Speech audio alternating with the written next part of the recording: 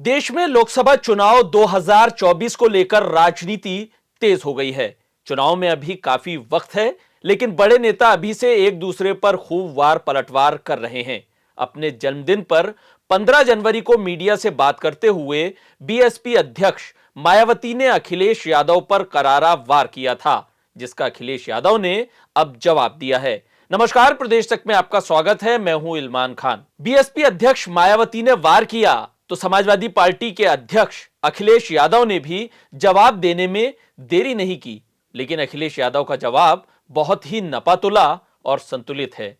अखिलेश यादव ने मायावती का नाम लिए बिना ही कहा है कि एक समय पर समाजवादी पार्टी ने उन्हें प्रधानमंत्री बनाने के लिए संकल्प लिया था। अखिलेश के मुताबिक समाजवादी पार्टी ने बीएसपी को सम्मान देने का काम किया है। ऐसे में मायावती की तरफ से इस तरह का बयान आने का मतलब है कि शायद उन पर किसी तरह का कोई दबाव है। और याद कीजिए, समाजवादी पार्टी तो प्रधानमंत्री बनाने के लिए सपना देख रही थी और उसमें काम भी किया हम लोगों ने। तो समाजवादी लोग देश के प्रधानमंत्री तक पहुंचाने के लिए, लेकिन ये जो भाषा आई है, जब मैंने ये कहा कि हम लोग सम्मान देंगे और सम्मान देना चाहिए, क्योंकि जब पीडीए की बात हम करें, पीडीए में हमारे दलित भाई भी हैं, आधी आबादी भी है, और जब आधी आबादी को सम्मान की बात कहें तो वो इस तरह रंग बदलने की बात कह रही हैं।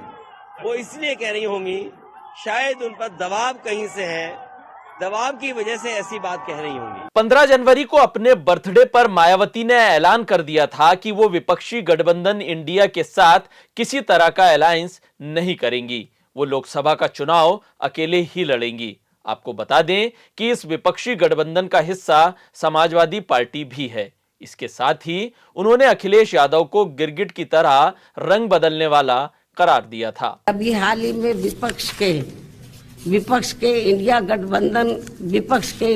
गठबंधन को लेकर जिस प्रकार से सपा मुखिया ने एक सोची समझी रणनीति के तहत बीएसपी के लोगों को गुमराह करने के उद्देश्य से कुछ ही घंटों के अंदर बीएसपी प्रमुख के प्रति गिरगिट की तरह अपना रंग बदला है, तो उससे भी पार्टी के लोगों को जरूर सावधान रहना है।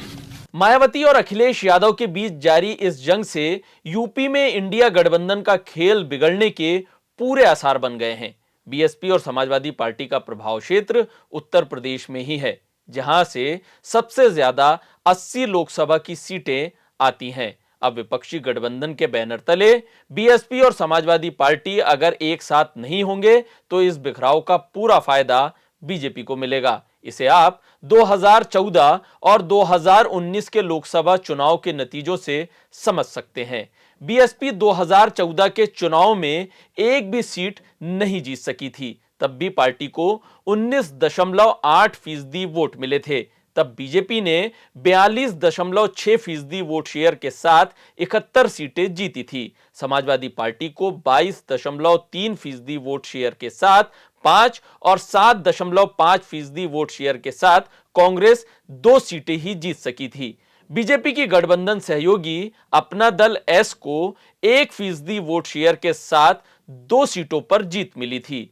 2019 के चुनाव में बीएसपी और समाजवादी पार्टी ने गठबंधन कर चुनाव लड़ा।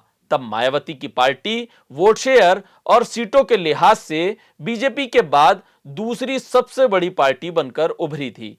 बीएसपी को तब 19.4% वोट शेयर के साथ 10 सीटों पर जीत मिली थी। समाजवादी पार्टी 18.1% वोट शेयर के साथ 5 और कांग्रेस 6.4% वोट शेयर के साथ 1 सीट जीत पाई थी। अपना दल 1.2% वोट शेयर के साथ 2 सीटों पर जीत दर्ज करा पाया था।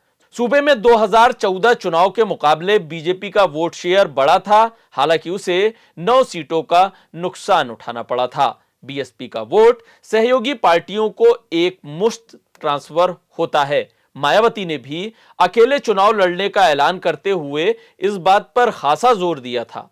देश दुनिया की तमाम खबरों को देखने के लिए प्रदेश तक को सब्सक्राइब करिए, वीडियो को लाइक करिए, कमेंट करिए। हमारे फेसबुक पेज को भी आप फॉलो कर सकते हैं। इंस्टाग्राम पर भी हमें आप लाइक कर सकते हैं।